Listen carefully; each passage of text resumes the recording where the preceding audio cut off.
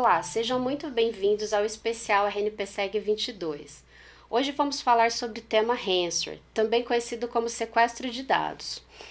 É um tema muito conhecido na atualidade pelos profissionais de segurança e o que a gente vê no mercado é que não tem para onde correr.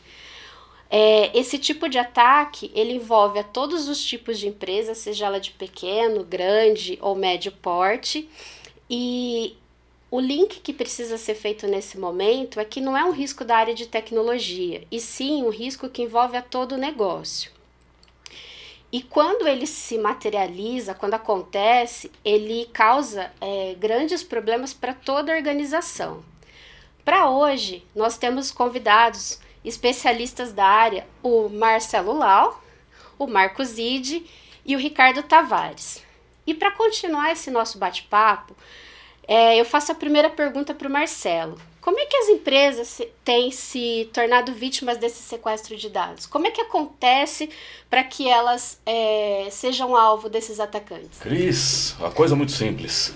Você se torna vítima porque você tem dados. Eu, como diria para os meus alunos, como que eu faço para não vazar nude? Simples, não tenha nude. Enquanto você tiver dado e que precise de alguma maneira ou outra ser protegida, você poderá ser atingido, mesmo nós profissionais da área de segurança, por incrível que pareça. Então a questão é, será que hoje nós temos essa noção do que deve ser feito, de como nós devemos nos proteger, cópias, como nós podemos salvaguardar as informações? E aí eu gostaria de colocar essa provocação para o ID, para ele poder trazer mais elementos acerca dessa questão. Legal, Lau. Hoje com a transformação digital e com a pandemia e todo mundo indo para o remoto, as brechas de segurança aumentaram demais, né? E principalmente com a transformação digital, muitos processos de negócio foram para o digital. Então, o dinheiro, todas as nossas operações estão passando pelo digital. Então, onde está o dinheiro, é onde o bandido vai querer atacar, tá? Então, esses grupos aí que fazem exploração de ataques de ransomware e tal, eles vão querer realmente onde é que está o dinheiro, tá? E o dinheiro hoje está no digital e isso aí vira um ambiente propício para ser atacado aí, tá? Então, por isso que eu acho que essa é a minha opinião, né? Que acho que por isso que tem aumentado essa quantidade de ataques de ransomware que a gente tem visto aí nesses últimos anos. E aí, Tavares? E até complementando, um ponto importante que eu acredito que as empresas devem compreender é que um ransomware ele se transformou em um negócio para o mundo do crime. Então, não é aquela brincadeira do garoto atrás do computador. Existe uma rede criminosa por trás que tem um único objetivo: como eu ganho muito dinheiro da forma mais fácil. Então, todos que estão no mundo digital podem ser vítima e serão algum dia vítima. O que eu tenho que pensar é ter um mindset de assumir a brecha. O que é assumir a brecha? Se isso acontecer com uma empresa, eu tenho os recursos necessários para sobreviver depois de um ataque? Então lembrem-se que, se vocês não foram vítima, um dia vocês podem ser vítimas. E o que atrai os criminosos é ganhar dinheiro. Como vocês dependem muito da tecnologia, isso é, sem a tecnologia, hoje, o seu negócio ele não flui, você não consegue entregar os seus serviços, então os criminosos utilizarão isso contra vocês. Indo nessa linha, Id, o que você vê como medidas que podem ser implementadas nas empresas para proteger esse tipo de sequestro de dados? Tem medidas que você consegue tomar antes do incidente, o durante e o depois. Então, são várias fases de um incidente que você pode tomar várias medidas, tá? Então, vai desde uma campanha de conscientização, né? A gente sabe que muitos desses ataques entram via e-mail, né? Aquele tipo de ataque a gente chama de phishing, né? Então, são e-mails que tentam ludibriar o usuário para ele instalar alguma coisa ou gerar as informações aí, né? Geralmente um usuário e senha, por exemplo, né? Achando que está numa instituição ou na própria instituição que ele está trabalhando, né? E, bom, então tem essa parte preventiva. Então tem as ferramentas de segurança e tal. Backup. E o irmão do backup, você sabe qual que é o irmão do backup? O Restore. Né? Então não adianta nada eu ter uma cópia de segurança se eu não testo essa cópia de segurança. Então tem várias coisas que eu posso fazer antes da ocorrência, né? No durante, né? Então tem que ter ferramentas, eu tenho que ter quem observe a Dark Web, aí alguém me ajuda a explicar melhor o que é isso, né? Que talvez o nosso público aqui não entenda o que é isso, né? Mas são fóruns ou são partes da internet que poucas pessoas têm acesso, né? E que é onde são feitas as negociações de tudo quanto é informação ou software ou esse tipo de coisa malicioso, né? Então tem alguém que ficar monitorando e também na parte de resposta, depois que você tem esse incidente, né? Ou como que você vai fazer? Você tem que estar preparado. Assim como a gente tem as famosas brigadas de incêndio, né? Todas as empresas, a maioria delas tem essas brigadas de incêndio. A gente tem que ter uma brigada de incêndio do ransomware também. Até complementando o que o colega colocou, eu acredito que para que as empresas se protejam, elas têm que criar um programa sólido de segurança. O primeiro passo é identificar o seu risco, mas para identificar o risco, o tema de segurança cibernética, ele tem que sair do técnico, que é TI, e para o negócio. Então, o tema gestão de risco cibernética, ele deve estar com o comitê executivo da empresa e não com tecnologia, porque é um dos riscos que vai impactar mais o negócio. O que é mais provável hoje? Um incêndio na empresa ou um ataque de ransomware? Com certeza vai ser um ataque. E dentro desse programa de segurança cibernética, o que eu recomendo é que a empresa crie uma estratégia. Ela pode começar de uma forma muito simples, com um framework, que é do NIST, feito para infraestruturas críticas, que ele vai dividir a segurança em 5 fases. Então, primeiro, eu identifico o meu risco. Após a identificação de risco, eu me protejo colocando os controles necessários que serão criados após eu saber quais são os meus riscos. Eu detecto e respondo às ameaças e, por último, eu me recupero. E aí, até falando sobre esse primeiro item, detectar o meu risco. O que eu tenho que fazer, Ricardo, para lidar com ransomware? A primeira coisa é que você não pode fazer aquela identificação de riscos para inglês ver. O que isso quer dizer? Aquela auditoria que eu só vejo o papel. O ransomware é eficaz? Por que ele é eficaz?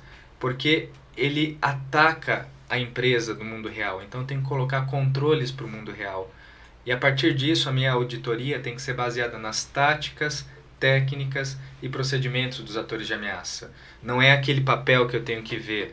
Não é aquele controle que é um controle que alguém pode falar que existe e não existe. Então, eu tenho que ter pessoas competentes entendendo aquele controle do mundo real.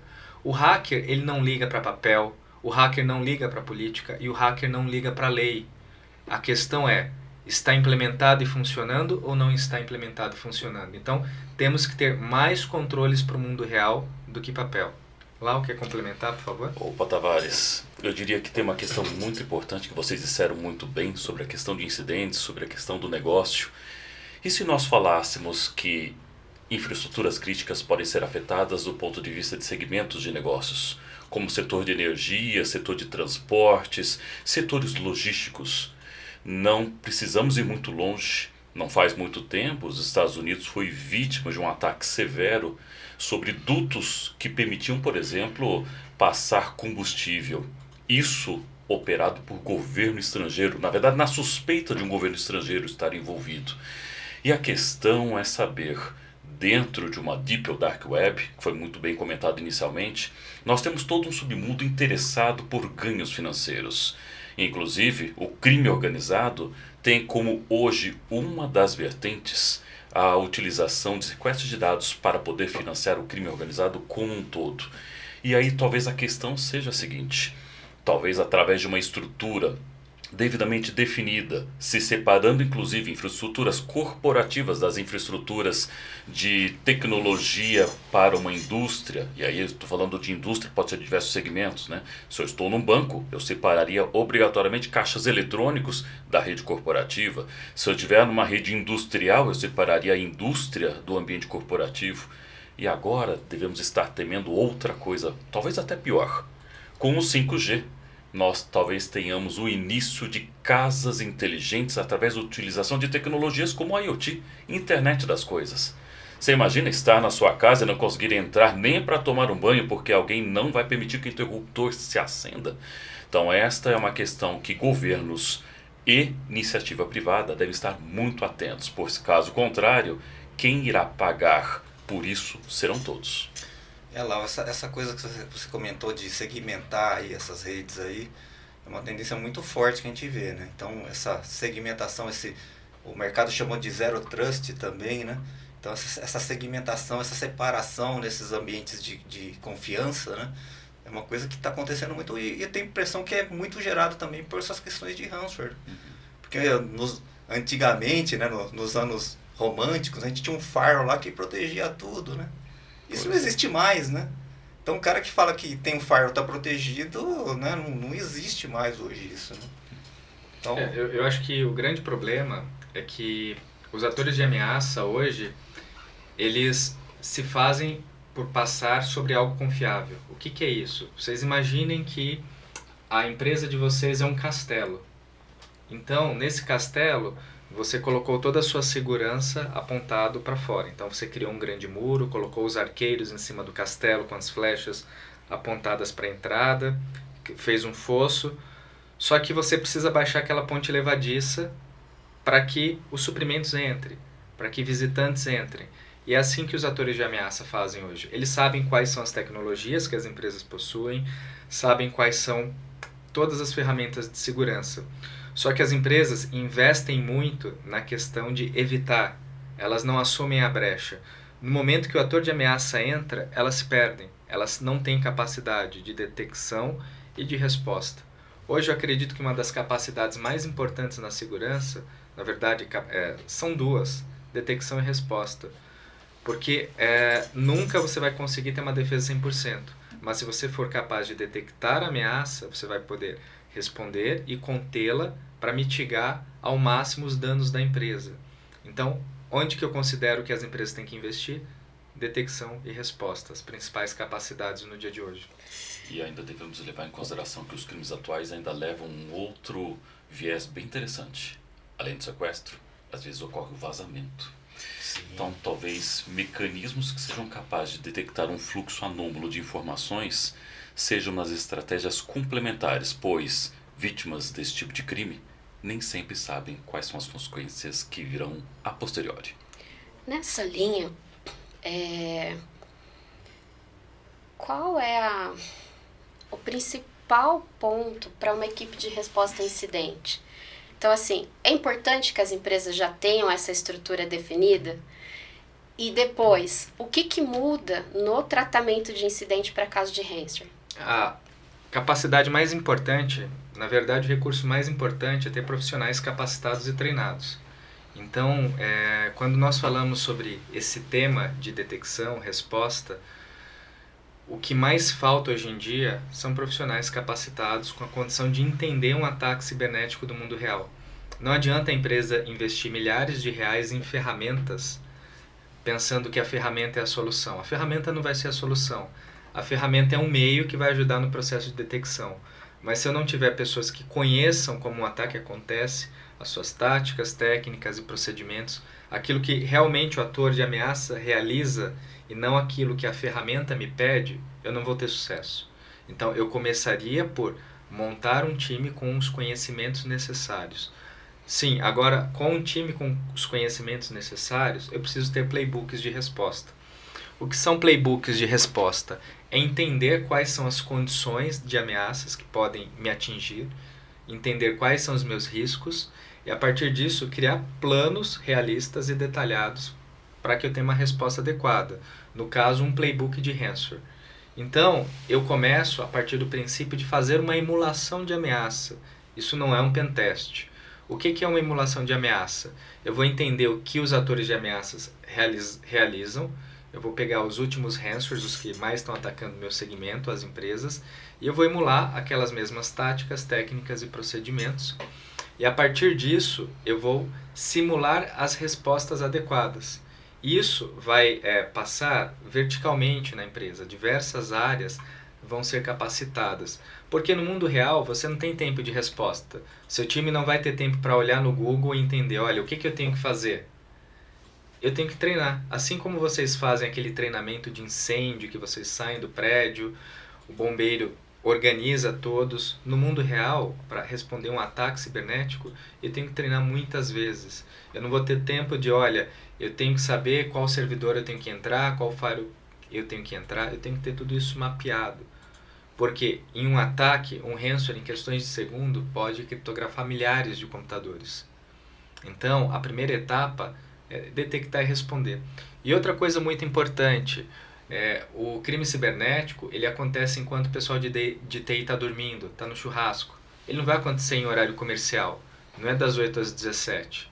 Ele vai acontecer de madrugada, em feriado. Então a pergunta que eu faço para vocês é, vocês têm time para atender nesses horários? Se vocês colocam seus melhores especialistas em horário comercial e um ataque acontece fora desse horário, o que vocês vão fazer? É um assunto complexo. A segurança, hoje em dia, infelizmente, não é barata, mas ela tem que ser resolvida com estratégia. Fazer a segurança de tudo é muito caro. Então, o que eu tenho que fazer? Eu tenho que identificar o que é crítico para o meu negócio, para primeiro proteger aquilo que é realmente crítico. Não tem como eu querer proteger tudo. Então, eu foco naquilo que vai ser essencial nesse primeiro momento. É assim que eu começaria uma estratégia. Eu vou pegar a provocação do Tavares e considerar o seguinte: ter um time próprio ou terceirizar? Porque a questão é muito simples. Se eu preciso resolver algo de algum momento oportuno, eu tenho que avaliar se é mais fácil preparar os times próprios com uma capacitação, treinamento, passar por situações específicas, ou já contrato uma empresa externa que já tem essa experiência. A questão é, como que eu vou fazer essa validação? Muito bem comentou o Tavares acerca das simulações, mas até que ponto eles vão poder simular próximos de uma realidade? Hoje até existem simuladores cibernéticos, alguns deles israelenses, que você pode vir adquirir e montar o seu ambiente. Mas a questão é, quem te prepara numa situação de incêndio real para saber descer pelas escadas de emergência de uma maneira ordenada? Na maioria das vezes, a simulação que nós chamamos de PAUT, plano de abandono de local de trabalho, funciona super bem. Você vai até a sua mesa, pega a sua bolsa tranquilamente, desce as escadas ordenadamente, deixa pegar fogo para ver o que acontece. As pessoas se tornam animais, ou seja, a racionalidade ela acaba naquele momento. E o ponto é o seguinte: como que as pessoas vão reagir numa situação adversa? Por mais treinamento que exista, infelizmente, na minha opinião, cada um vai realizar as coisas muitas vezes do seu jeito, por melhores preceitos que existam. Porque nós podemos sim utilizar padrões como os que foram criados pela Carnegie Mellon, pelo primeira equipe de resposta a incidentes. Nós podemos utilizar padrões do CERT-BR, do próprio CAIS. Mas a questão é, e quando você coloca as pessoas à prova? O que você acha sobre isso? Nossa, esse assunto é o seguinte, eu acho que treinar sim, com certeza, eu acho que a gente tem que treinar, né? Agora, o interno ou externo, aí vai depender cada situação é uma situação diferente, né? Então depende do nível de maturidade do seu time de segurança, né? A gente sabe que o mercado está super forte, então às vezes, né, a rotatividade do pessoal de segurança está grande. Também fazendo um link com o ano passado, né, Cris? Ano passado foi exatamente esse assunto aí, né? Então, eu acho que vai depender, é um assunto polêmico, acho que depende do in-house ou terceirizado, né? Vai depender da situação, né? E vai depender de uma análise de risco, né? Então, saber se conhecer. Então, uma coisa importante também, que eu acho que eu quero colocar, é que você tem que se conhecer. Como? Fazendo uma análise de riscos, fazendo um Business Impact Analysis, né? Nome bonito, né? Se eu tiver que recuperar um sistema, qual que eu recupero primeiro? Eu recupero o ERP ou eu recupero o CRM? Eu recupero o sistema de produção, né? Então, isso não tem resposta única, porque cada negócio é diferente. Então, são coisas que a gente precisa fazer e exercitar também. Iti, lembra que a gente conversou ainda há pouco sobre troubleshooting? O que você acha sobre o preparo das pessoas em resolver troubleshooting? Exato. Hoje em dia, né, os times estão ficando heterogêneos, né? Então a gente vê que a gente tem os cabeça branca aqui, né? Os caras estão com cabelo branco, né? Já tem experiência e tem essa coisa há muito tempo, né? De fazer troubleshooting, de ter um pensamento crítico, um analítico, né? Lógico, né? E eu não sei realmente, aí eu coloco para vocês, se vocês que são professores ainda, né? como é que esse cara, como é que esse aluno, essas pessoas novas que entram no mercado de segurança estão, né? Se você é um cara que você tem que realmente colocar uma receitinha, ela vai fazer aquela receitinha, é um cara que pensa fora da caixa, é um cara que tem condição de analisar, né? Isso é uma outra coisa importante também. O que eu acho que impacta muito no mercado são mais profissionais orientados a ferramentas e não a processos, que não entendem a causa raiz, eles simplesmente seguem aquilo que o fabricante fala. Muitas dessas grandes tecnologias, elas podem ser contornadas de forma muito fácil. Então, a capacidade que eu valorizo mais de um profissional, primeiro, é ser autodidata, porque o conhecimento de segurança, ele vai em uma evolução contínua.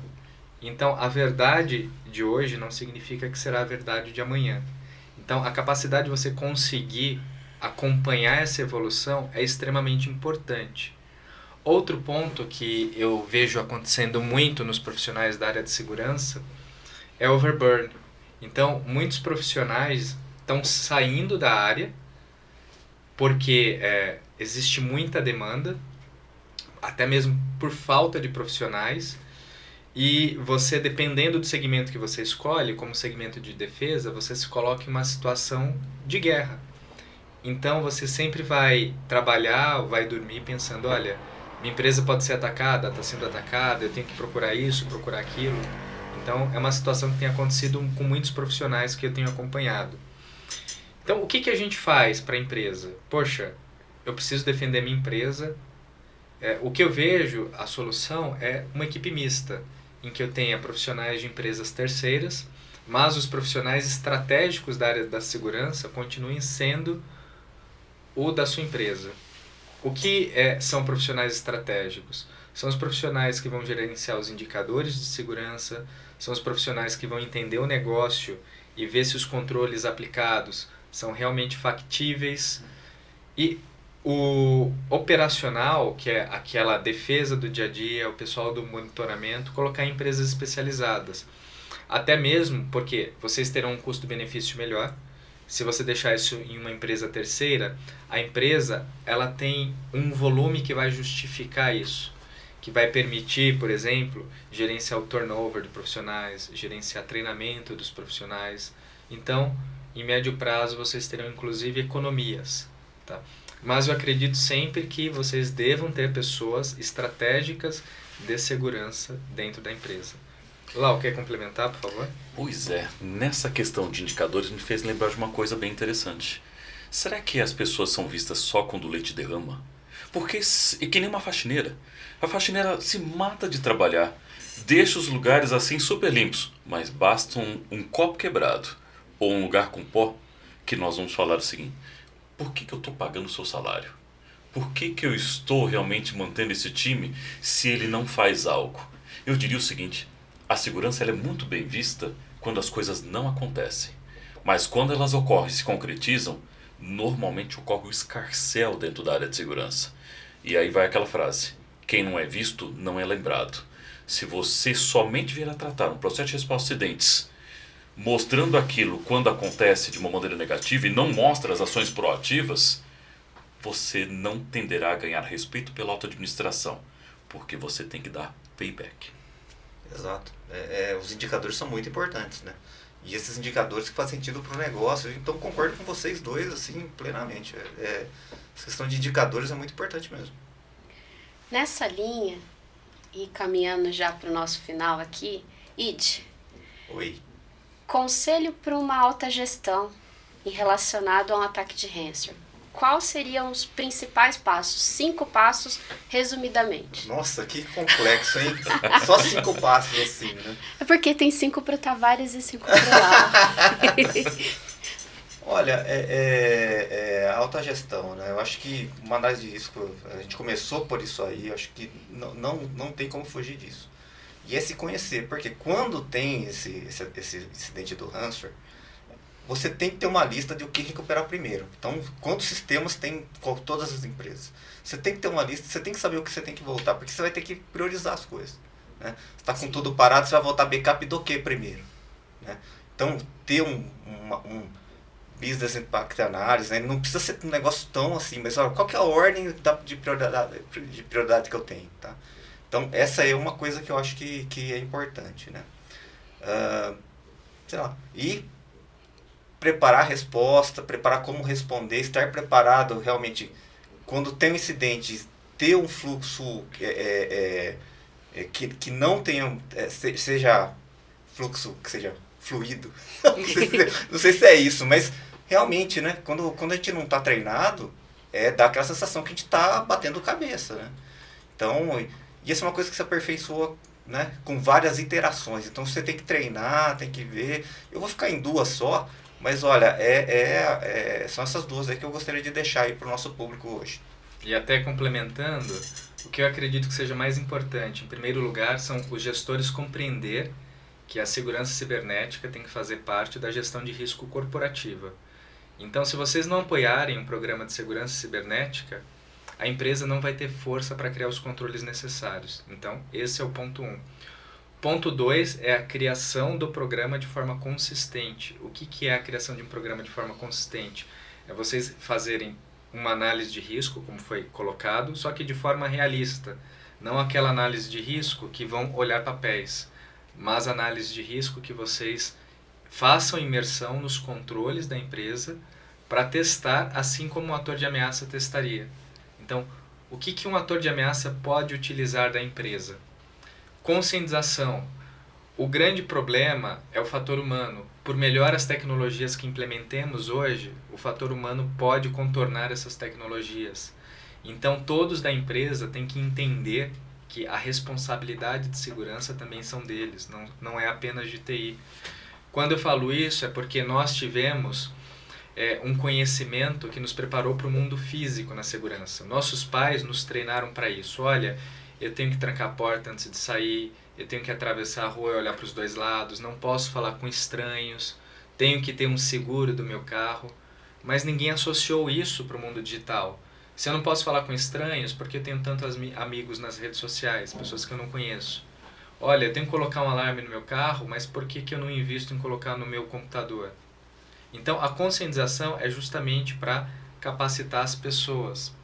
Então, nós falamos da gestão de risco, falamos da conscientização, falamos do acompanhamento, e a partir disso eu posso trabalhar em controles na detecção e resposta. Então, poxa, como que eu detecto e respondo uma ameaça? Isso diz muito a eu ter um plano de continuidade de negócio para ataques cibernéticos. Então, o primeiro plano que eu posso criar é um playbook para lidar com ransomware. Se um ransomware acontecer, o que eu tenho que fazer? Não apenas o que eu tenho que fazer, mas quanto tempo eu vou levar para dar resposta. Então, isso vai ser um treinamento. Essa resposta não pode ser horas, essa resposta tem que ser em minutos. Então, eu tenho que saber com quem que eu vou falar, em quanto tempo essa pessoa vai responder, em quanto tempo essa pessoa vai agir para que eu dê uma resposta eficaz. Então, esses são os controles mais básicos que eu tenho que fazer. E reforçando, a segurança não é responsabilidade de TI, mas de todos da empresa. E o gestor tem que entender isso de forma muito clara, principalmente porque esse é o risco que possa acontecer de forma mais simples na empresa. Olha, vocês investem tanto em segurança física, você tem a CIPA, por que não faz o mesmo com a segurança digital? Então, esses aí são os meus conselhos. Lau, por favor. Bom, eu diria que vale o fechamento depois de tantas sugestões e recomendações, porque eu diria o seguinte: sim, vale lições aprendidas, vale metodologia, vale questões de comportamento, como as pessoas não vão congelar numa situação como essa, vale aprender com o que ocorreu, porque ninguém inventa a roda do zero. Então eu diria que nós aqui tivemos uma conversa muito gostosa, tal, com todos. Espero que vocês aproveitem muito esse conteúdo, porque certamente o que vocês puderem trazer de contribuição com base no que vocês estão ouvindo e vendo poderá construir o nosso futuro. Bom, nessa linha, obrigado Marcoside, obrigado Ricardo Tavares, obrigado Marcelo Lau. Fiquem atentos às nossas redes sociais, porque esse tema continua, e até mais.